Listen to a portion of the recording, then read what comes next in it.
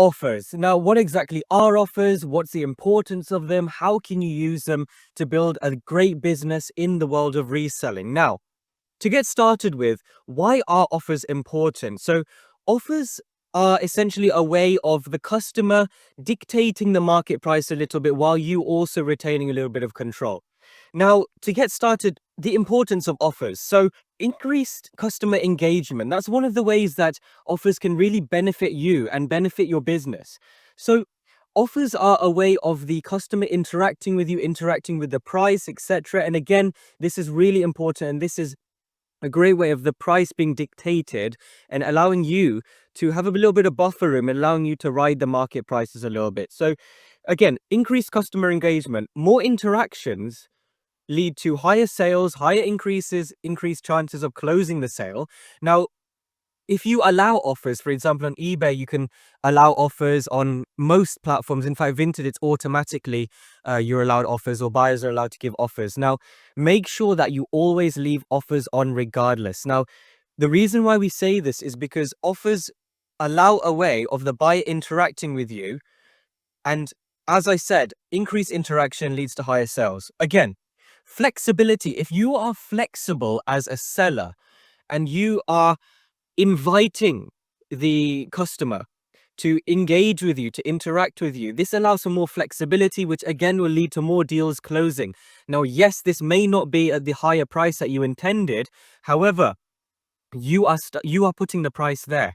Now, if you put your price a little bit higher with the intention that a buyer will give you a little bit of an offer, are you really losing out? No, you're not. Now, this is just one of the many ways that you can use offers and you can control the price while also giving a little bit of perceived control to the buyer and making them feel like they've got a good deal. Now, again, importance of offers, clearing inventory.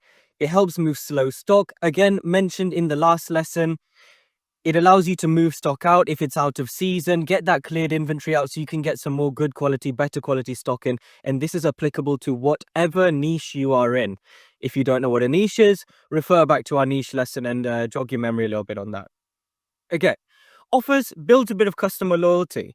If buyers feel like they've got a good deal out of your stock, if they feel like, okay, great, I've really got the best value for my money, all of that great stuff, buyers who feel valued will return to you again, leading to more sales, leading to repeat customers again and again. Repeating this every lesson, very, very important. Now, with offers, what is the power of negotiation? So at the end of the day, guys, as much as you as a seller want to feel in control, it is the buyers that dictate the market prices, not you as a seller. It is the buyers. The demand is from the buyer's side. The demand is directly responsible for the price. Just a little bit of basic economics there. Demand determines the price. Now, expect haggling, guys. It's all a part of the process. Now, may feel really insulting at times if buyers give you a low offer. Now, again, don't take this to heart. We'll mention this a bit more in the buyer FAQ section about how to deal with difficult buyers. Don't worry about that for now. You will definitely learn that later on this course and in further courses. Now, again, with this difficulty, be a bit patient, be strategic. As mentioned, one strategy, put your prices maybe £1 or two higher. Expect that buyers are going to haggle it down and get back to the price that you are comfortable with. But again, never ever accept an offer that is too low, which will lead to you not being promptly rewarded properly for the hard work that you put into your business. Don't accept that. Now, again, compromise is key. Sometimes you will have to accept a lower price to accept that quicker sale.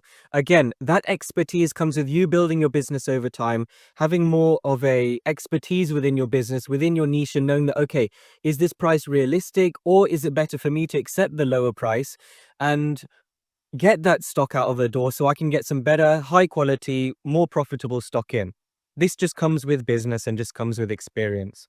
Now, why does negotiation work as a factor in business? Now, negotiation works because it encourages buyer engagement and trust. As mentioned, the buyers will trust you more and the buyers will engage with you more, leading to more repeat sales. It helps adjust pricing to match market demand. Now, the price that you may have put a piece of stock at 2 months ago, let's say, that market price is constantly dynamic. It's constantly changing on the hour. Now, you can see this within the stock market. You can see every second there are fluctuations. This is also very, very similar when it comes to clothing. Now, obviously, you cannot update your pricing every second. Although I say that, there are some AI bots out there that are now doing that. Stay tuned on our Patreon. We'll teach you more about using these AI bots, etc., on how to constantly change your dynamic pricing, make sure that you are constantly at the perfect price. However, if you're a beginner like yourself, this will allow you to let the buyer do the hard work and determine the market price and allow you to get a fair sale, allow them to get a fair sale. And again, we'll build some trust that way. It increases conversion rates, leading to more customer satisfaction, 5-star reviews, repeat buyers, repeat business. Now, what are some strategies for handling these offers? Now, know your bottom line. Set a minimum price that you're willing to accept. Don't go below that. Again, that's insulting to yourself, insulting to your bank account at the end of the day. It's only going to get worse over time when you see that you're not getting the right price for what you want. Know your bottom line. Counteroffer smartly. So don't reject low offers. Never, ever, ever reject offers. That, again, is bad for the algorithm. The algorithm is not going to like you for that. If you reject offers, they're going to be like, okay, this seller is clearly not very interactive. We're not going to drive any traffic to their store. However, counteroffer, even if a buyer gives you a stupid offer, let's say you put something up for £20, $20, and the buyer offers you £2 or $20. Make sure that you always counteroffer. Let's say you counteroffer them with £18, $18. Make sure that you always counteroffer. Never ever reject low offers outright and negotiate it to a fair middle ground. This is very, very important. Now, use psychology. Buyers will often feel a lot more valued. They will appreciate you as a seller much more when their offer is considered. Make sure that you consider their offer. Maybe write a nice message. For example, thank you very much for your offer. However, we feel that so-and-so, £18, $18 is a great counter offer. Even if they're there to waste your time, they will feel valued and they will see that bit of professionalism about you. And they may even be like, okay, fine. You know what, maybe I was a little bit unfair giving that stupid offer. I will accept their offer, or I will maybe find a middle ground with the seller so we are both happy on a price.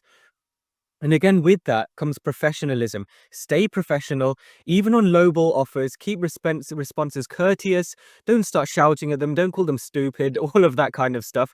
Again, this will obviously come with being professional. Again, over time, you will learn more about this. And again, we will teach you more about this within this course in the buyer FAQ section. So stay tuned for that later on in this course and in future courses.